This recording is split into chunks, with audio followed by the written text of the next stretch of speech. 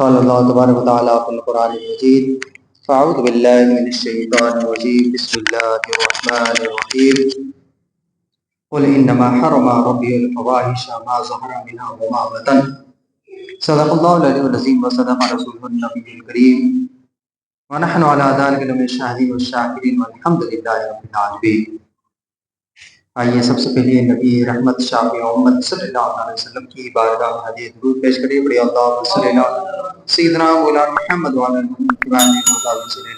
صلاۃ و سلام علیک یا رسول اللہ صلی اللہ علیہ وسلم۔ رسول اور آل رسول پر ایک مرتبہ اور باعث بلند درشد پڑھیے۔ اللہ صلی اللہ سیدنا مولانا محمد جد الحسن والحسین وعلی آل سیدنا مولانا محمد جد الحسن والحسین۔ حضرات محترم، آج ہم ایسے فتنے بھرے ماحول میں سانس لے رہے ہیں جس میں فتنوں کی یلغار روز بروز بڑھتی چلی جا رہی ہے۔ گناہ کرنا آسان اور نیکی کرنا ظاہراً مشکل معلوم ہوتا ہے۔ نگاہیں سرکش اور دل مردہ ہوتے جا رہے ہیں۔ افسوس، صد افسوس، شرم و حیا جو ایمان کا بنیادی جز ہے اور نبی آخر الزماں صلی اللہ علیہ وسلم کی امت سے مفقود و معدوم ہوتا جا رہا ہے، یعنی ختم ہوتا جا رہا ہے۔ آج انسانیت جدیدیت کے طوفان میں بہہ کر اس مقام پر آ کھڑا ہے کہ جہاں حیا کا چراغ بجھنے کے قریب قریب تر ہوتا جا رہا ہے۔ سوشل میڈیا کی یلغار ہو یا معاشرے کی بے راہ روی، نگاہوں سے غیرت رخصت ہوتی جا رہی ہے، دلوں سے خوف خدا اٹھتا محسوس ہو رہا ہے، گناہ کو گناہ سمجھنے کی کیفیت مٹتی جا رہی ہے، اور یہی وہ لمحہ ہے جو دلوں کو لرزہ دینے والا ہے۔ کاش اس قبیح فعل کو پھیلانے والے اور اختیار کرنے والے یہ سمجھ سکتے کہ جب حیا رخصت ہو جاتا ہے تو ایمان بھی رخصت ہو جاتا ہے، اور جب ایمان جاتا ہے تو انسان نہیں رہتا، بلکہ انسانی روح میں حیوانیت و شیطانیت کار فرما ہوتی ہے۔ رسول اکرم صلی اللہ تعالی علیہ وسلم نے فرمایا، الحیاء شعبۃ من الایمان، حیا ایمان کا حصہ ہے۔ آج ضرورت اس بات کی ہے کہ دل روئے، آنکھیں نم ہو، اور ہم خود کو سیرت نبوی صلی اللہ علیہ وسلم کے آئینے میں دیکھیں کہ کیا ہمارا چلنا، اٹھنا بیٹھنا، بولنا، دیکھنا، یہ سب نبی صلی اللہ علیہ وسلم کے طریقے کے مطابق ہے کہ جنہوں نے فرمایا تھا اذا لم تستحی فاصنع ما شئت، اگر شرم و حیا نہ رہے تو جو چاہے پھر کرو۔ ہم کس راستے پر چل پڑے ہیں؟ وہ امت جس کی زبان پر کبھی قرآن کے نغمے جاری ہوتے تھے، جس کے دلوں میں رحمت صلی اللہ علیہ وسلم کی محبت تھی، آج وہ امت نگاہوں کی بے حیائی اور زبان کی بے لگامی اور دل کی سختی دنیا کے سب قوموں سے آگے نکل گئی ہے۔ آج گھروں میں گناہ ایسے داخل ہوتے ہیں جیسے ہوا داخل ہوتی ہے، پردے ختم ہوتے جا رہے ہیں، غیرت مر رہی ہے، اور دل اس قدر سخت ہو چکے ہیں کہ ہمیں اپنے گناہوں سے خوف نہیں رہا۔ ہر دور میں انسان کی آزمائشیں بدلتی رہی ہے، لیکن کچھ فتنوں کی تباہ کاریاں ہمیشہ ایک جیسی رہی ہے۔ ان میں سے ایک فتنہ فحاشی اور بے حیائی کا پھیلاؤ ہے۔ یہ وہ بیماری ہے جو آہستہ آہستہ کسی معاشرے کی روح کو کھا جاتی ہے، اس کے گھروں کی بنیادوں کو ہلا دیتی ہے، اور ایمان والوں کے قلوب کی روشنی کو مدھم کر دیتی ہے۔ آج کے دور میں یہ فتنہ پہلے سے کئی زیادہ تیزی سے پھیل رہا ہے۔ زبان سے نکلے ہوئے الفاظ، کانوں تک پہنچنے والی خبریں ہوں یا انگلیوں کی ایک کلک سے پھیلنے والا مواد، سب دلوں پر چوٹ کرتے ہیں اور معاشرے میں فساد پھیلاتے ہیں۔ ایسے ہی لوگوں کو تنبیہ کرتے ہوئے اللہ تعالیٰ نے ارشاد فرمایا، ان الذین یحبون ان تشیع الفاحشۃ فی الذین آمنوا لہم عذاب علیم فی الدنیا والآخرہ واللہ یعلم وانتم لا تعلمون۔ بے شک جو لوگ چاہتے ہیں کہ مسلمانوں میں بے حیائی کی بات پھیلے، ان کے لیے دنیا و آخرت میں دردناک عذاب ہے، اور اللہ جانتا ہے تم نہیں جانتے۔ جو شخص بے حیائی کو پھیلنے میں کردار ادا کرتا ہے، چاہے زبان سے ہو چاہے سوشل میڈیا پر، وہ اللہ کے غضب کو دعوت دیتا ہے۔ یہاں صرف فحاشی کرنا مراد نہیں، بلکہ فحش بات پھیلانا، بدگمانی کو عام کرنا، جھوٹے الزامات کو اچھالنا، کسی کی عزت کو تباہ کرنے والی خبروں کو آگے بڑھانا، اسکینڈلز کو مزے لے لے کے بیان کرنا، یہ سب اسی کے اندر آتے ہیں۔ اکثر گناہوں کی پہلی اینٹ نظر سے رکھی جاتی ہے۔ جب انسان اپنی نگاہوں کی حفاظت کر لیتا ہے تو گویا اس نے اپنے دل کے دروازے پر چوکیدار بٹھا دیا۔ اللہ تعالیٰ نے اسی لیے سورہ نور میں پاکیزگی کا پہلا اصول، پہلا قاعدہ قانون بڑی تاکیدی سے بیان کرتے ہوئے فرمایا، قل للمؤمنین یغضوا من ابصارهم ویحفظوا فروجهم ذلک ازکی لهم ان اللہ خبیر بما یصنعون وقل للمؤمنات یغضضن من ابصارهن ویحفظن فروجهن ولا یبدین زینتهن۔ مسلمان مردوں کو حکم دو کہ اپنی نگاہیں نیچی رکھیں اور اپنی شرمگاہوں کی حفاظت کریں، یہ ان کے لیے زیادہ پاکیزہ ہے، بے شک اللہ ان کے کاموں سے خبردار ہے۔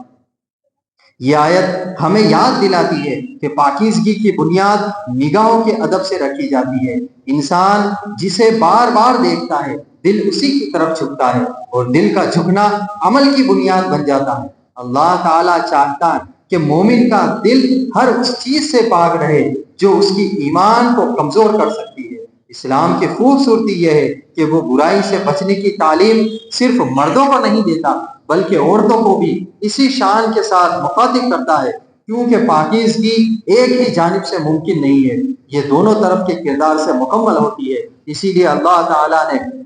مومنات کو ارشاد کرتے ہوئے، مخاطب کرتے ہوئے ارشاد فرمایا، وَقُلْ لِلْمُؤْمِنَاتِ يَغْضُضْنَ مِنْ أَبْصَارِهِنَّ وَيَحْفَظْنَ فُرُوجَهُنَّ وَلَا يُبْدِينَ زِينَتَهُنَّ إِلَّا مَا ظَهَرَ مِنْهَا وَلْيَضْرِبْنَ بِخُمُورِهِنَّ عَلَى جُيُوبِهِنَّ وَلَا يُبْدِينَ زِينَتَهُنَّ إِلَّا لِبُعُولَتِهِنَّ وَآبَائِهِنَّ أو آباء بعولتهن أو أبنائهن وأبناء بعولتهن أو إخوانهن أو بني إخوانهن أو بني أخواتهن أو نسائهن أو ما ملكت أيمانهن أو التابعين غير أولي الإربة من الرجال والطفل الذين لم يظهروا على عورات النساء ولا يضربن بأرجلهن ليعلم ما يخفين من زينتهن وتوبوا إلى الله جميعا أيها المؤمنون لعلكم تفلحون۔ اور مسلمان عورتوں کو حکم دو کہ وہ اپنی نگاہیں کچھ نیچی رکھے اور اپنی پارسائی کی حفاظت کرے اور اپنی زینت نہ دکھائے، مگر جتنا بدن کا حصہ خود ہی ظاہر ہے وہ اپنے دوپٹے اپنے گریبانوں پر ڈالے رکھے، اور اپنی زینت ظاہر نہ کرے مگر اپنے شوہروں پر یا اپنے باپ یا شوہروں کے باپ یا اپنے بیٹوں یا شوہروں کے بیٹے یا اپنے بھائیوں یا اپنے بھتیجوں یا اپنے بھانجوں یا اپنی مسلمان عورتوں یا اپنی کنیزوں پر جو ان کی ملکیت ہو، یا مردوں میں سے وہ نوکر جو شہوت والے نہ ہو، یا وہ بچے جنہیں عورتوں کی شرم و حیا کی چیزوں کی خبر نہ ہو، اور زمین پر اپنے پاؤں اس لیے زور سے نہ مارو کہ ان کی زینت کا پتہ چل جائے جو انہوں نے چھپائی ہوئی ہے۔ اور اے مسلمانوں، تم سب اللہ کی طرف توبہ کرو اس امید پر کہ تم فلاح پاؤ۔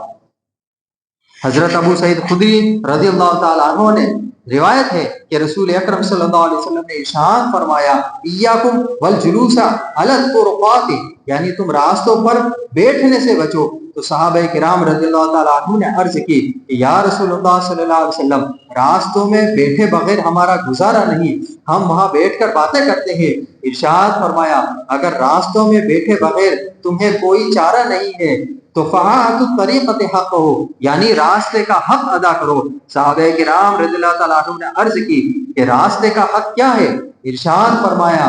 کہ نظر نیچی رکھو، تکلیف دہ چیزوں سے دور کرنا، اور راستے میں کوئی تکلیف دینے والی چیز ہے تو اس کو ہٹانا، سلام کا جواب دینا، نیکی کی دعوت دینا، اور برائی سے منع کرنا۔ حضرت ابو سعید خدری رضی اللہ تعالیٰ عنہ سے روایت ہے کہ رسول اللہ صلی اللہ علیہ وسلم نے ارشاد فرمایا کہ ایک مرد دوسرے مرد کی سطر نہ دیکھے، اور نہ عورت دوسری عورت کی سطر کی جگہ دیکھے، اور نہ مرد دوسرے مرد کے ساتھ ایک کپڑے میں برہنہ سوئے، اور نہ عورت دوسری عورت کے ساتھ ایک کپڑے میں برہنہ سوئے۔ حضرات محترم، اسلام کا ہر حکم خیر، بھلائی، عفت اور پاکیزگی کی جانب لے جاتا ہے۔ جو ان تعلیمات پر عمل کرے گا وہ نہ صرف خود کو بلکہ آنے والی نسلوں کو کوئی فتنوں سے محفوظ کر جائے گا، اور جو ان تعلیمات کو زندہ کرے گا اس کے لیے رسول کریم صلی اللہ علیہ وسلم کی عظیم بشارت موجود ہے کہ حضرت جریر رضی اللہ تعالیٰ عنہ سے روایت ہے، نبی اکرم صلی اللہ تعالیٰ علیہ وسلم نے ارشاد فرمایا کہ جس نے اسلام میں اچھا طریقہ رائج کیا، شروع کیا، اس کے لیے اسے رائج کرنے اور اپنے بعد اس پر عمل کرنے والوں کا ثواب ہے، اور ان میں اور ان عمل کرنے والوں میں ان کے ثواب میں بھی کچھ کمی نہ ہوگی، اور جس نے اسلام میں برا طریقہ رائج کیا اس پر اس طریقے کو رائج کرنے اور اس پر عمل کرنے والوں کا گناہ ان عمل کرنے والوں کے گناہ میں بھی کوئی کمی نہیں ہوگی۔ حضرت بریدہ رضی اللہ تعالیٰ عنہ سے روایت ہے کہ حضور کو نور صلی اللہ تعالیٰ علیہ وسلم نے حضرت علی رضی اللہ تعالیٰ عنہ سے فرمایا، یا علی لا تتبع نظرۃ نظرۃ فإن لك الاولى وليست لك الاخرہ، یعنی ایک نظر کے بعد دوسری نظر نہ کرو، یعنی اگر اچانک بلا قصد بلا ارادہ کسی عورت پر نظر پڑ جائے تو فوراً نظر ہٹا لو اور دوبارہ نظر نہ کرو۔ نیز حضرت ابو امامہ رضی اللہ تعالیٰ عنہ سے روایت ہے کہ رسول اللہ صلی اللہ علیہ وسلم نے ارشاد فرمایا کہ جو مسلمان کسی عورت کے حسن و جمال کی طرف بلا ارادہ پہلی بار نظر کرے پھر اپنی آنکھیں جھکا لے تو اللہ تعالیٰ اسے ایسی عبادت کرنے کی توفیق دے گا جس کا مزہ وہ پائے گا۔ سیدہ خاتون جنت حضرت فاطمہ الزہرا رضی اللہ تعالیٰ عنہ کو یہ تشویش تھی کہ عمر بھر تو غیر مردوں کی نظروں سے خود کو بچائے رکھا ہے، اب کہیں وفات کے بعد میری کفن پوش لاش ہی پر لوگوں کی نظر نہ پڑے۔ ایک موقع پر حضرت اسماء بنت عمیس رضی اللہ تعالیٰ عنہ نے عرض کی کہ میں نے حبشہ میں دیکھا ہے کہ جنازے پر درخت کی شاخیں باندھ کر یعنی درخت کی ٹہنیاں باندھ کر اور ایک ڈولی کی صورت بنا کر اس پر پردہ ڈال دیتے ہیں، پھر انہوں نے کھجور کی شاخیں منگوا کر انہیں جوڑا اور اس پر کپڑا تان کر خاتون جنت رضی اللہ تعالیٰ عنہ کو دکھایا۔ اسے دیکھ کر آپ رضی اللہ تعالیٰ عنہ بہت خوش ہوئی اور لبوں پہ مسکراہٹ آ گئی، بس آپ کی یہی ایک مسکراہٹ تھی جو سرکار مدینہ صلی اللہ علیہ وسلم کے وصال ظاہری کے بعد دیکھی گئی۔ حضرت ام خلاد رضی اللہ تعالیٰ عنہ کا بیٹا کسی جنگ میں شہید ہو گیا، آپ رضی اللہ تعالیٰ عنہ اس کے بارے میں معلومات حاصل کرنے کے لیے چہرے پر نقاب ڈالے با پردہ بارگاہ رسالت میں حاضر ہوئی تو کسی نے ان سے حیرت سے کہا کہ اس وقت بھی آپ نے منہ پر نقاب ڈال رکھا ہے، تو آپ رضی اللہ تعالیٰ عنہ نے جواب دیا کہ میں نے بیٹا ضرور کھویا ہے لیکن حیا ہرگز نہیں کھوئی ہے۔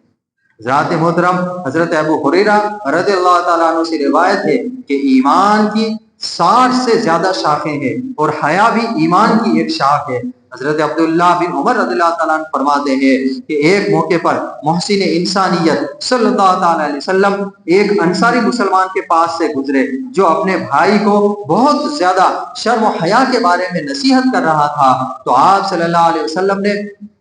اسے اس کے حال پر چھوڑ دو یہ کہا، کیونکہ حیا دراصل ایمان کا حصہ ہے۔ ایک موقع پر نبی اکرم صلی اللہ علیہ وسلم نے فرمایا، الحیاء لا یاتی الا بخیر، شرم و حیا صرف بھلائی کا باعث بنتی ہے۔ چنانچہ انسان اور حیوان میں اس قدر واضح نمایاں اور بڑے فرق کی وجہ اخلاق ہی ہے، لہذا اخلاق انسان اور حیوان میں فرق کرتے ہیں۔ آپ صلی اللہ علیہ وسلم کا فرمان ہے، ان لکل دین خلقا وخلق الاسلام الحیا، ہر دین کا ایک اخلاق ہوتا ہے اور اسلام کا اخلاق حیا ہے۔ حضرات محترم حضرت ابو ہریرہ رضی اللہ تعالیٰ عنہ سے روایت ہے کہ رسول اللہ صلی اللہ علیہ وسلم نے فرمایا کہ حیا ایمان میں سے ہے اور ایمان جنت میں لے جاتا ہے، اور بد زبانی سختی سے ہے اور سختی جہنم میں لے جاتی ہے۔ حضرت عائشہ رضی اللہ تعالیٰ عنہ بیان کرتی ہے کہ رسول اللہ صلی اللہ علیہ وسلم میرے گھر میں آرام فرما تھے اور آپ کی پنڈلیاں مبارک کھلی تھی۔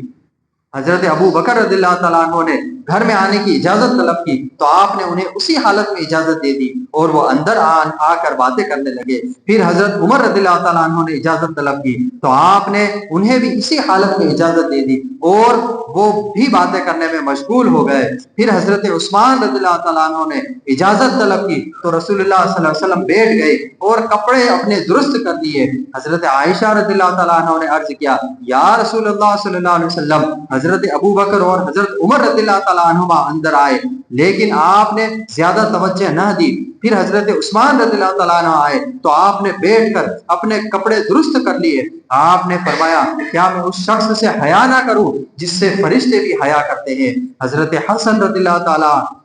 عنہ حضرت امیر المومنین عثمان غنی رضی اللہ تعالیٰ عنہ کی شرم و حیا کی تاکید بیان کرتے ہوئے فرماتے ہیں کہ اگر آپ رضی اللہ تعالیٰ عنہ کسی کمرے میں بھی ہوتے اور اس کا دروازہ بھی بند ہوتا تب بھی نہانے کے لیے کپڑے نہ اتارتے اور حیا کی وجہ سے کمر سیدھی نہ کرتے تھے۔ حضرت عبداللہ بن عمر رضی اللہ تعالیٰ عنہ سے روایت ہے کہ رسول اللہ صلی اللہ تعالیٰ علیہ وسلم نے فرمایا،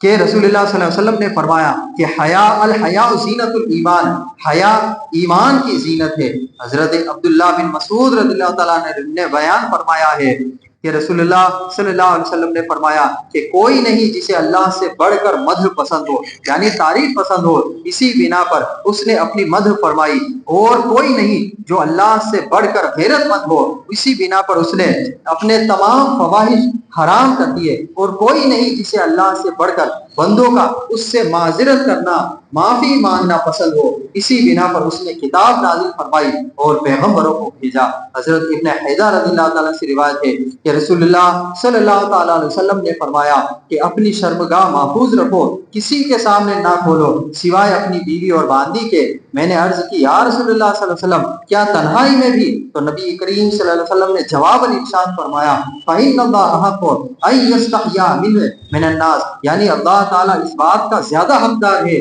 کہ اس سے حیا کی جائے۔ حضرت ابو سعید خدری رضی اللہ تعالیٰ عنہ سے مروی ہے کہ نبی کریم صلی اللہ علیہ وسلم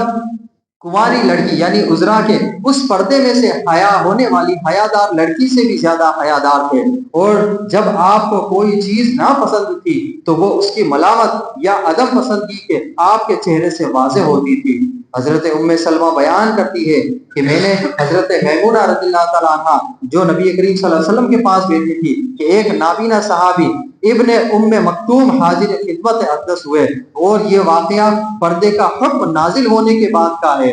اور ہمیں حکم ہوا کہ تم دونوں ان سے پردہ کرو۔ تو ہم نے کہا یا رسول اللہ صلی اللہ علیہ وسلم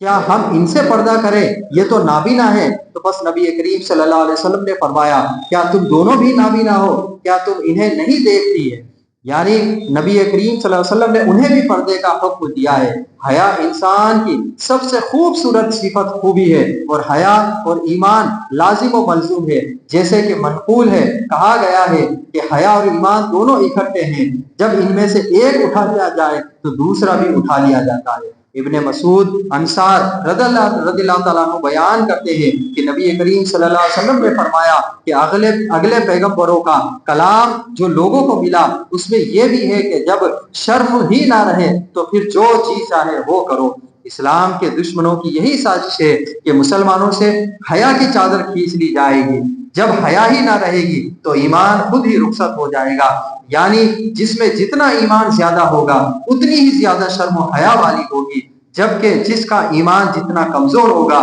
شرم و حیا بھی اس میں اتنی ہی کمزور ہوگی۔ اور آپ صلی اللہ علیہ وسلم نے ارشاد فرمایا کہ بے حیائی جس چیز میں ہو اسے عیب دار بنا دیتی ہے، اور حیا جس میں ہو اسے زینت بخشتی ہے، خوبصورتی بخشتی ہے۔ اللہ تعالیٰ سے حیا پر رسول اللہ صلی اللہ علیہ وسلم کا ارشاد ہے کہ لوگوں اللہ سے حیا کرو اور حیا کا حق ادا کرو۔ کہ کسی نے آپ صلی اللہ علیہ وسلم سے سوال کیا کہ ہم اللہ سے حیا کرتے ہیں، آپ صلی اللہ علیہ وسلم نے جواب دیا یہ حیا نہیں بلکہ دماغی تخلیات پر پورا قابو رکھا جائے، قبر میں ہڈیوں کے گل جانے کا دھیان رہے، پیٹ کو حرام سے بچائیں، موت کو ہمیشہ یاد رکھا جائے۔ جو شخص آخرت کا ارادہ رکھتا ہو دنیا کی زینت کو ترک کر دے، اور جس نے یہ کام کیے اس نے در حقیقت میں اللہ کے حیا کا کردار ادا کیا۔ اللہ تبارک و تعالی ہمیں اور آپ کو با حیا محفوظ رکھے۔ آج آپ دیکھیں کہ